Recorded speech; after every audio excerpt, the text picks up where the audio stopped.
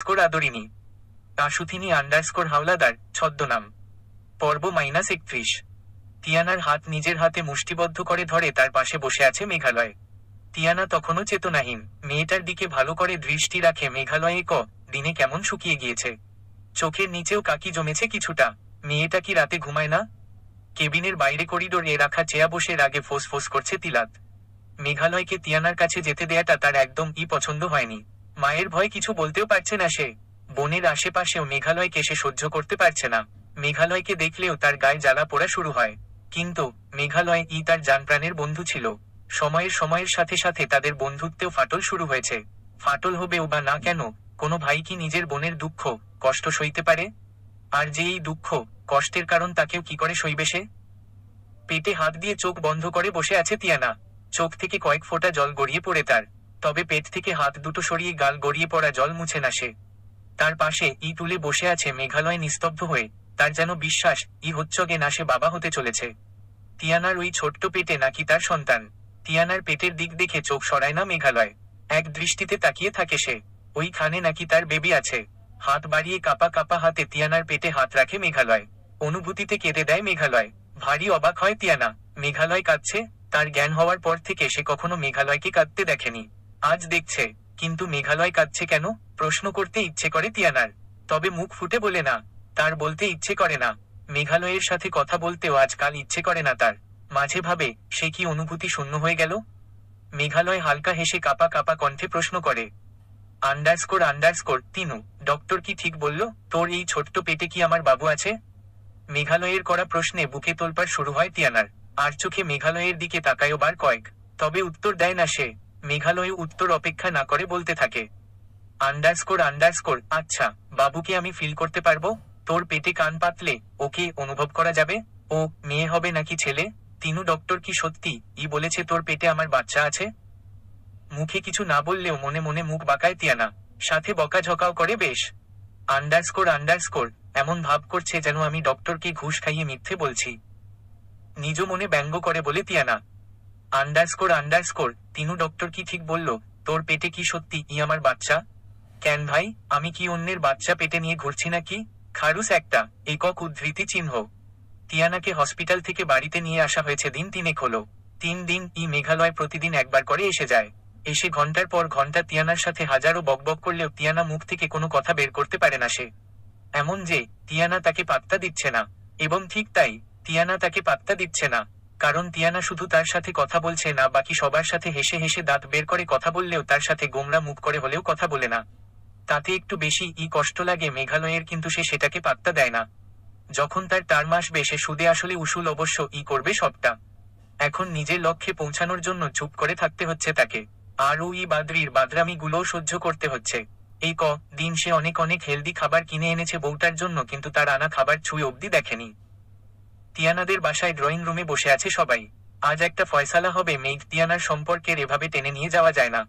তাই সাদিদ আর অভিক মিলে বৈঠক বসায়। তিয়ানা সোফার এক কোণে মায়ের সাথে লেগে গুটিসুটি মেরে মাথা নিচু করে বসে আছে। তার সোজাসুজি সোফায় বসে আছে মেঘালয়। তীক্ষ্ণ দৃষ্টি নিয়ে দেখে যাচ্ছে তিয়ানাকে। অয়ারলেসে এই মেয়েটাকে কাঁচা চিবিয়ে খেত এখন। এতদিন ধরে তাকে ইগনোর করার ফল বুঝাতো হাড়ে হাড়ে।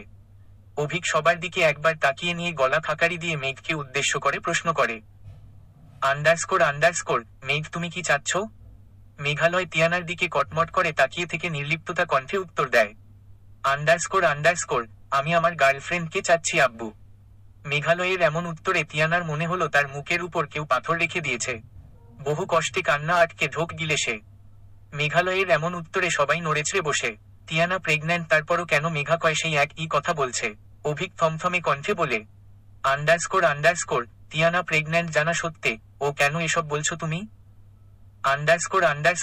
আমি তো আমার সন্তানকে ফেলে দিচ্ছি না, বা তিয়ানাকেও। আমি শুধু এটা বলতে চাচ্ছি আমি বৃষ্টিকে ছাড়তে পারছি না। একক উদ্ধৃতি চিহ্ন। মেঘালয়ের এমন উত্তরে তিলাতের মাথায় রাগ চটে যায়। নিজের হাত থামছে, নিজেকে কন্ট্রোলে রাখে। মুখ খুলে তুলিকা গম্ভীর কণ্ঠে জিজ্ঞেস করে, তাহলে তুমি কি চাও? আমি বৃষ্টিকেও বিয়ে করতে চাচ্ছি। মেঘালয়ের এখনো কথায় রেগে বসা থেকে উঠে দাঁড়ায় তিলাত। রাগে ফোঁস ফোঁস করে উত্তর দেয় সে, আমার বোন সতীনের ঘর করতে পারবে না।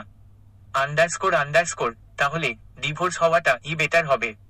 নিরলস গম্ভীর কণ্ঠে উত্তর দেয় মেঘালয়। মেঘালয়ের কথাটা কানা যাওয়া মাত্র চোখের কোণ থেকে জল গড়িয়ে পড়ে তিয়ানার। আপনা আপনি পেটে হাত চলে যায় তার। অবাক বিস্মিত দৃষ্টিতে নিজের স্বামীর দিকে তাকায় তিয়ানা। বুকের ভিতরটা কেমন ভারী হয়ে আসে তার। একক উদ্ধৃতি চিহ্ন। মেঘালয়ের উত্তর কেউ হজম করতে পারে না। হতবাক হয়ে মেঘালয়কে দেখে সবাই। মৌমিতা হতভম্ব হয়ে নিজের ছেকের মুখের দিকে চেয়ে থাকে। মেঘ তো তিয়ানাকে ভালোবাসে, ভালোবেসেও কেন এসব করছে? তিয়ানাকে একবার দেখে দীর্ঘশ্বাস ফেলে তুলিকা। হতাশা কণ্ঠে বলে সে। আন্ডারস্কোর বেশ, তুমি যা চাচ্ছ তাই হবে। ডিভোর্স হবে। সাদিদ ধমকে উঠে বলে। আন্ডারস্কোর কি বলছো তুমি? মেঘের সাথে সাথে তোমার মাথাটাও গেছে? আন্ডারস্কোর যায়নি তবে যাবে। এমন একটা সম্পর্কে আমি আমার মেয়েকে রাখবো না। তিয়ানাকে ধরে নিজের সাথে আগলে জিজ্ঞেস করে তুলিকা। আন্ডারস্কোর আম্মা বল তুই কি চাস? মেঘ যা চাচ্ছে তুইও কি তাই চাচ্ছিস? তিয়ানা মৃদু হেসে মেঘালয়ের চোখের দিকে তাকায়। মেঘালয় এতক্ষণ তাকে দেখছিল। তিয়ানার চাহনি দেখে থতমত খেয়ে দৃষ্টি অন্যদিকে ঘুরায়। হাসে তিয়ানা, হেসে মাথা নাড়িয়ে বলল, আন্ডারস্কোর উনি যখন ডিভোর্স চাচ্ছেন তো ডিভোর্স হবে। অভিক মেঘকে উদ্দেশ্য করে বলে। আন্ডারস্কোর যদি এটাই তোমারও শেষ কথা হয়, আমার উত্তরও শুনে রাখো, আমিও তোমাকে ত্যাগ করব। মেঘালয় হেসে উত্তর দেয়। আন্ডারস্কোর আমি আমার ভালোবাসা ছাড়তে পারবো না আব্বু। আঙ্কেল আন্টিম্মু তো খুব ভালো করে জানে ভালোবাসার মানুষকে ছাড়া বাঁচা কতটা কঠিন। আশা করছি তারা অন্তত বুঝবে আমাকে। তুলিকা এক হাতে মেয়েকে জড়িয়ে ধরে সাদিদের দিকে একবার তাকিয়ে বলে। আন্ডারস্কোর বুঝি, আর বুঝি বলে তোমার প্রস্তাবটা আমরা মেনে নিলাম। আশা করছি আমার মেয়েও মেনে নিবে। তোমাদের ডিভোর্স হবে। আন্ডারস্কোর থ্যাঙ্কস আন্টিম্মু, তুমি অন্তত বুঝলে। আমার একটা শর্ত আছে, তিয়ানার সাথে আমার ডিভোর্স হলেও আমি নিজ সন্তানকে ছাড়ব না। তিয়ানার গর্ভে থাকা সন্তানের উপর যতটা তিয়ানার অধিকার আছে ঠিক ততটা আমারও আছে। তুলিকা মাথা ঝাঁকিয়ে উত্তর দেয়। আন্ডারস্কোর তোমার শর্তও মেনে নিলাম, কারণ এই সন্তানের উপর আমার মেয়ের না তোমারও অধিকার আছে। সাদিদ তুলিকাকে উদ্দেশ্য করে ক্ষিপ্ত মেজাজে বলে। আন্ডারস্কোর আজ তিয়ানা তোমার নিজের সন্তান না বলে এটাকে তুমি মেনে নিচ্ছ তুলিকা?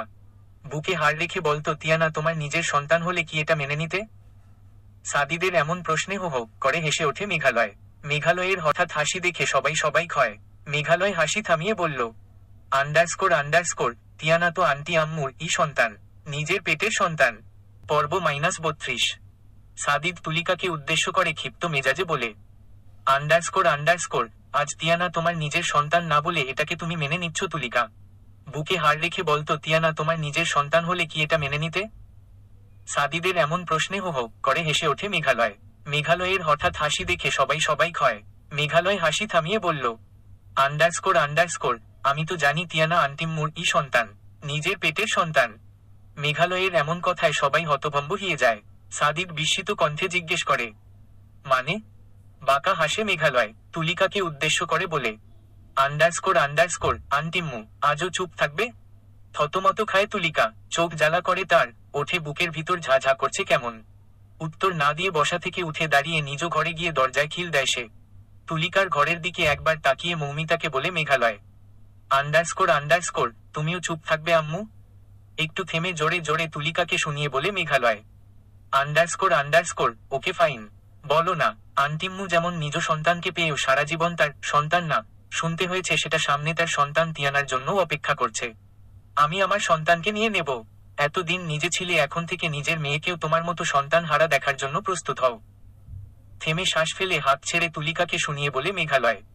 আন্ডারস্কোর আমি তুলিকা রায়হানের মতো উদার মনের নই যে নিজ সন্তানকে অন্যের সুখের জন্য ত্যাগ করব। মেঘালয়ের এখনো কথায় কেঁপে ওঠে তিয়ানা।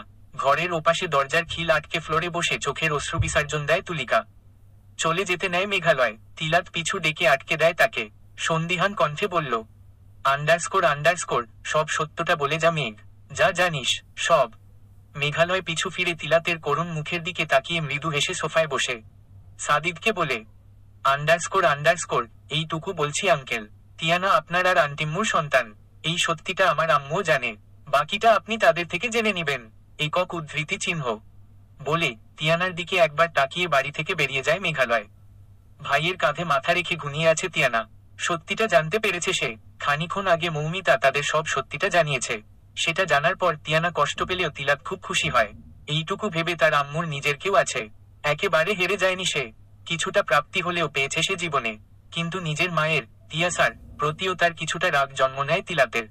কিন্তু পরোক্ষভাবে ভাবতে গেলে তার মা যেটা করেছে, যে কোনো মেয়ে নিজ সংসার বাঁচাতে সেটা করত। কোনো মেয়ে নিজ সংসার ভাঙতে চায় না। সাদিদের সামনে মাথা নিচু করে বসে আছে তুলিকা। সাদিদ রক্তচক্ষু নিয়ে তাকে দেখছে। সব জানা শোনার পর রাগে মাথার রগ ছিঁড়ে যাচ্ছে যেন সাদিদের। শুধু ঘুরে ফিরে মাথায় একটা প্রশ্ন আসছে, আন্ডারস্কোর তুলিকা তাকে এতভাবে ঠকালো? সারা জীবন তাকে এভাবে অন্ধকারে ঠেলে রাখলো? নিজের রাগকে কন্ট্রোলে রাখতে পারে না সাদিদ। তুলিকার ডান হাতের বাহু ধরে তাকে ঝাঁকিয়ে জিজ্ঞেস করে, আন্ডারস্কোর আমাকে এতভাবে না ঠকালে খুব বেশি খারাপ হতো? এতগুলো বছর ধরে অন্ধকারে রাখলে? কি দোষ আমার? তোমাকে ভালোবাসাটা কি আমার দোষ ছিল? তাই তার শাস্তি স্বরূপ এসব? তোমরা দু বোন মিলে আমার জীবনটা পুরো ছারখার করে দিলে। আমার সন্তানদেরও তোমাদের এই খেলার থেকে ছাড়লে না। বুক ফেটে কান্না আসছে সাদিদের। নিজেকে একজন অসহায় মানুষ মনে হচ্ছে যে সারা জীবন একজন নারীকে ভালোবেসে তার ধোঁকা খেয়ে জীবন পারল করল। বহু কষ্টে কণ্ঠনালী থেকে শব্দ বের করে সাদিদ, আন্ডারস্কোর আমাকে এভাবে ধোঁকা না দিলেও পারতে তুলি। সারা জীবন আমি তোমাকে ভালোবাসার ফল অনুসারে ধোঁকা পেলাম। বেশ কিছুদিন কেটে যায়, পরিস্থিতিও অনুকূলে আসে। তিলাতের সাথে অবন্তীর প্রেমেও খুব ভালো চলছে। শুধু অপেক্ষা বিয়ের। এর মধ্যে তিলাত অবন্তীর ব্যাপারে তুলিকাকেও জানিয়েছে। তুলিকা গিয়ে অবন্তীকে আংটিও পরিয়ে এসেছে। শুধু বিয়ের অপেক্ষা। সব ঠিকঠাক হলেও ঠিক হয় মেঘের সম্পর্ক। মেঘালয়ের সাথে তিয়ানার দেখা হয় না বহুদিন। তবে সে আলাপ পায় মেঘাল্প প্রতিদিন আসে তার বাড়িতে। নানা রকমের খাবার নিয়ে আসবে নাই বা কেন? তার পেটে যে মেঘালয়ের সন্তান বেড়ে উঠছে, তাই নিজ সন্তানের জন্য হেলদি খাবার নিয়ে আসে। ইদানিং তিয়ানার মনে ভয় ঢুকেছে। দিন যত গড়াচ্ছে তার ভয়ও ততটা বাড়ছে। শুধু একটা ভয়, তার মেঘালয় যদি তার সন্তানকে তার থেকে কেড়ে নেয়। ভাবলে কলিজা ছোট হয়ে যায় তিয়ানার। তখন মায়ের কোলে মাতগা রেখে বাচ্চাদের মতো ফুপিয়ে কেঁদে ওঠে। মেয়ের মুখের দিকে তাকাতে পারে না তুলিকা। মেয়েটা শোকে দিন দিন চিমটে যাচ্ছে। কিন্তু কি বা করবে সে? মেঘালয় তো অন্য কাউকে ভালোবাসে। শুধু দীর্ঘশ্বাস ফেলা ছাড়া কিছু করার নেই তার। সাদিদও দিন দিন মুড়িয়ে যাচ্ছে। নিজেকে দোষ দিচ্ছে সে। কেন তাড়াহুড়ো করে মেয়ের বিয়ে দিল সেদিন? সেও বা কি করত? মেয়ের মুখ থেকে মেঘালয়কে ভালোবাসার কথা শুনে অপেক্ষা করতে চায় না সাদিদ। তার ভয় হচ্ছিল যদি তিয়ানার জীবনটাও তার মতো ভালোবাসাহীন হয়। সেই ভয় তাড়াহুড়ো করে মেঘের সাথে এক প্রকার জোর করে তিয়ানার বিয়ে দিয়েছিল। মেয়ের ঘরের সামনে যায়, কিন্তু ঘরে গিয়ে মেয়ের মুখের দিকে তাকানোর সাহস পায় না সাদিদ। নিজেকে দোষী মনে হয় তার। ভালো করতে গিয়ে নিজের মেয়ের এত বড় ক্ষতি করল সে।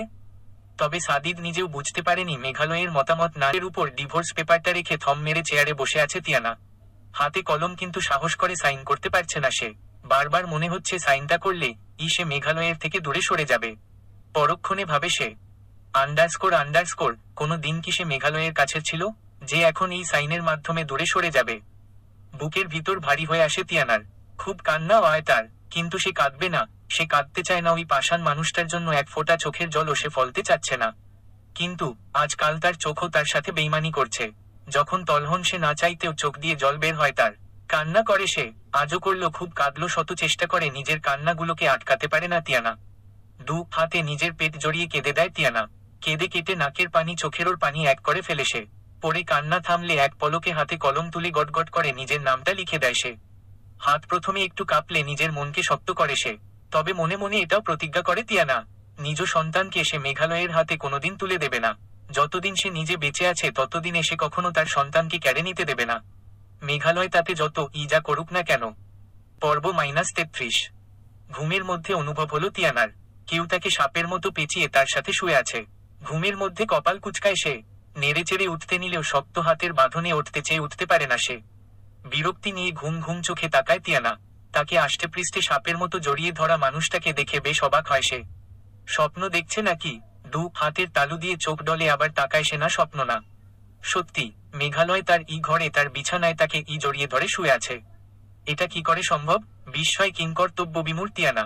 বিস্মিত ভাব কাটে মেঘালয়কে ধাক্কিয়ে নিজের থেকে সরিয়ে ধরফরিয়ে উঠে বসে তিয়ানা এক প্রকার চেঁচিয়ে বলে উঠে, আন্ডারস্কোর আপনি এখানে কি করছেন? তিয়ানার চিৎকারে ঘুম ভেঙে যায় মেঘালয়ের। চোখ চারপাশে ঘুরিয়ে বোঝার চেষ্টা করে কোথায় আছে সে। তিয়ানার দিকে তাকিয়ে তাকে একবার দেখে চোখ বন্ধ করে দ্বিতীয়বার ঘুমের প্রস্তুতি নেয় মেঘালয়। মেঘালয়ের এখনো কাণ্ডে মাথা বিগড়ে যায় তিয়ানার। রাগে ফোঁস করতে করতে চেঁচিয়ে প্রশ্ন করে, আন্ডারস্কোর আপনি আমার ঘরে কি করছেন? তিয়ানার চিৎকারে মেঘালয় কানে হাত দিয়ে ধমকে ওঠে। আন্ডারস্কোর আস্তে কথা বল বেয়াদব। ফোর্স করে ওঠে তিয়ানা। আন্ডারস্কোর কে বেয়াদব? আপনি আমাকে কোন অ্যাঙ্গেলে বেয়াদব বলছেন? মেঘালয় কাল থেকে আঙ্গুল নামিয়ে ডান হাতের তালু দিয়ে কপাল চাপড়ে বিরক্তি নিয়ে শোয়া থেকে উঠে বসে শান্ত কণ্ঠে উত্তর দেয়, আন্ডারস্কোর বেশ রাত করে এসেছি তিনু, ঘুম পুরো হয়নি, চেঁচাস না, ঘুমোতে দে। আন্ডারস্কোর ঘুমাবেন তো এখানে কি? নিজের বাড়িতে গিয়ে ঘুমান, আমার বাড়িতে আমার ঘরে আমার বিছানায় কেন আপনি? মেঘালয় ডোন্ট কেয়ার ভাব নিয়ে বলে। আন্ডারস্কোর বউ যেখানে বর তো সেখানে ই থাকবে। ভ্রু কুচকে প্রশ্ন করে তিয়ানা। আন্ডারস্কোর কে, কার বউ? মেঘালয় আচমকা তিয়ানার হাই টান দিয়ে তাকে বিছানায় শোয়ায়। হঠাৎ এমন হয় হতভম্ব হয়ে যায় তিয়ানা। মেঘালয়কে ধাক্কা দিয়ে উঠে চায় সে, তবে মেঘালয় তার দু হাত নিজের হাত দিয়ে ছেলে ধরে তিয়ানার দিকে কিছুটা ঝুঁকে বাঁকা কণ্ঠে বলে, আন্ডারস্কোর বউয়ের দেখি তেজ বেড়ে গেছে। মেঘালয়ের এখনো কথা কানে যাওয়া মাত্র তিয়ানার মগজ বিগড়ে যায়। রাগে ফোঁস করে উঠে সে। আন্ডারস্কোর আপনার এখানে কি দরকার? আন্ডারস্কোর আমার ই তো দরকার। তিয়ানার পেটের উপর হাত দিয়ে বলল। আন্ডারস্কোর এখানে আমার বউ আমার বাচ্চা, আমি ই তো থাকবো। মেঘালয়ের হেয়ালি পানা কথায় তরতর করে রাগ উঠে তিয়ানার। মেঘালয়ের হাতে বাঁধন থেকে মোচড়ামুচড়ি করে নিজেকে ছাড়ানোর চেষ্টা করে সে। আন্ডারস্কোর আপনি এটা ঠিক করছেন না, ছাড়ুন আমাকে, না হলে আমি চিৎকার করব। আন্ডারস্কোর ওকে করো চিৎকার, তুমি না পারলে আমি সাহায্য করছি। নিরাশ হয় তিয়ানা, মোচড়ামুচড়ি থানিয়ে ছল চোখে চেয়ে মেঘালয়কে প্রশ্ন করে সে। আন্ডারস্কোর কি চাচ্ছেন আপনি? তিয়ানার কানের কাছে মুখ নিয়ে ফিসফিস করে উত্তর দেয় মেঘালয়। আন্ডারস্কোর বউকে চাচ্ছি। মেঘালয়ের এমন আচরণে কেঁপে ওঠে তিয়ানা, গলা শুকিয়ে আসে তার, শুকনো ঢোক গিলে কিছুটা অভিমান নিয়ে বলে, আন্ডারস্কোর আমি আপনার বউ না, আপনি আপনার আদরিনী নামক প্রেমিকা বৃষ্টির কাছে যান। মৃদু হাসে মেঘালয়, তিয়ানার কানের লতিতে ছোট কামড় দিয়ে বলল, আন্ডারস্কোর বউ কি আমার রেগে আছে? মেঘালয়ের হঠাৎ কাছে আসায় অস্বস্তিকর অনুভূতি হয় তিয়ানার, সাথে মেঘালয়ের এসব ন্যাকামো সহ্য হচ্ছিল না তার। আচমকা মেঘালয়ের নিজের থেকে সরিয়ে দিয়ে বেড সাইড থেকে ওড়না হাতড়ে গায়ে ওড়না জড়িয়ে খাট থেকে নেমে ফ্লোরে দাঁড়ায়। রাগী স্বরে প্রশ্ন করে তিয়ানা। আন্ডারস্কোর এসবের মানে কি মেঘ ভাইয়া? কি চাচ্ছেন আপনি? যখন ইচ্ছে কাছে টেনে নিবেন, আবার যখন আপনার ইচ্ছে হবে তখন আমাকে ছুড়ে ফেঁকে দিবেন? কি ভাবছেন কি আমাকে আমি আপনার খেলার পুতুল? আপনার প্রেমিকা আছে মেনে নিয়েছি, প্রেমিকাকে ছাড়তে পারবেন না তাও মেনে নিয়েছি, আমাকে ডিভোর্স দিবেন সেটাও মেনে নিয়েছে, সব শেষে এই আদিক্ষেতা কেন? বলতে বলতে কেঁদে দেয় তিয়ানা। তিয়ানার কান্না দেখে বুকের ভিতর যন্ত্রণা শুরু হয় মেঘালয়ের। তিয়ানাকে সে এত কষ্ট পেতে কখনো দেখেনি, এভাবে কাঁদতেও দেখেনি। এর আগে কান্না করলেও সেটা আদরে কান্না ছিল, কিন্তু আজকের তিয়ানার কান্নাটা ভিন্ন। ওর চোখে মুখে হাজারো ব্যথার ছাপ দেখতে পায় মেঘালয়। ভাবে সে, সব সত্যিটা সামনে আনতে গিয়ে কি তিয়ানাকে বড্ড বেশি আঘাত করে ফেলল সে। খাট থেকে নেমে হেঁটে তিয়ানার সামনে গিয়ে দাঁড়ায় মেঘালয়। হাত বাড়িয়ে তিয়ানার চোখের জল মুছতে নেয় সে, তবে তিয়ানা তাকে সে সুযোগ দেয় না, পিছিয়ে যা সে। মেঘালয় অবাক হয়েছে রয়। তিয়ানা এক রাশ ঘৃণা নিয়ে তাকে দেখে।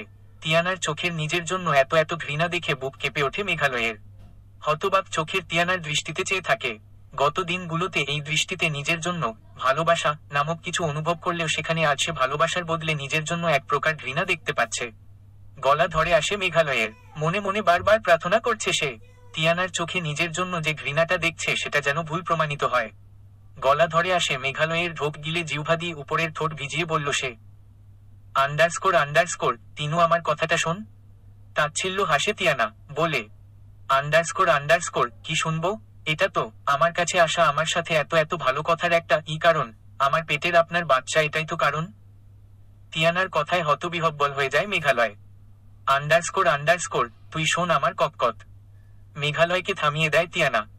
আন্ডারস্কোর এসব মিষ্টি মিষ্টি কথা বলে আপনি আমার বাচ্চাকে আমার থেকে দূরে সরাতে পারবেন না। আমিও বলছি, আমি আমার মা নকি যে নিজ সন্তানকে অন্যের হাতে তুলে দেব। আপনি যত আমার বাচ্চার বাবা হন না কেন, আমি ওর মা গর্ভে ধারণও করছি আমি, তাই একদম অধিকার ফলাতে আসবেন না। তিয়ানা মেঘালয়কে কিছু বলার সুযোগ না দিয়ে হেঁটে আলমারির কাছে গিয়ে আলমারি খুলে ডিভোর্স পেপারটা বের করে মেঘালয়ের দিকে বাড়িয়ে দেয়। ডিভোর্স পেপারের দিকে তাকিয়ে ভ্রু কুচকায় মেঘালয়। প্রশ্ন করে সে, আন্ডারস্কোর এটা কি? নির্লিপ্ততা কণ্ঠে উত্তর দেয় তিয়ানা। Underscore divorce paper. তিয়ানার উত্তরে মেজাজ বিগড়ে যায় মেঘালয়ের, তবে কোনো ঝামেলা না করে হাত বাড়িয়ে ডিভোর্স পেপারটা নেয় সে। পেজ উল্টে দেখে তিয়ানার সাইন করা। ডিভোর্স পেপার নিজ হাতের মুঠোয় দুমড়ে মুচড়ে ফেলে মেঘালয়। সাথে রক্তচক্ষু নিয়ে তিয়ানার পানে তাকায় সে। মেঘালয়ের রাগী চোখ দেখে বুকের ভিতর ভয়ে ধড়ফড় করে ওঠে তিয়ানার। তবে নিজেকে সাহসী প্রমাণ করতে মেঘালয়ের রাগী চোখের দিকে চেয়ে থাকে সে। মেঘালয় হাতে থাকা ডিভোর্স পেপারকে মুচড়ে ফেলেও শান্তি পায় না, সেটা কুটি কুটি করে ছিঁড়ে ফ্লোরে ফেলে দেয়। তিয়ানা মেঘালয় থেকে দৃষ্টি সরিয়ে ডিভোর্স পেপারের টুকরোগুলোর দিকে দেখে মেঘালয়ের এমন কাণ্ডে রেগে যায় সে। রেগে বলে ওঠে, আন্ডারস্কোর, এসব কি? আপনি ডিভোর্স চেয়েছেন, আমি ডিভোর্স পেপারে রেডি করে সাইন করে দিয়েছি।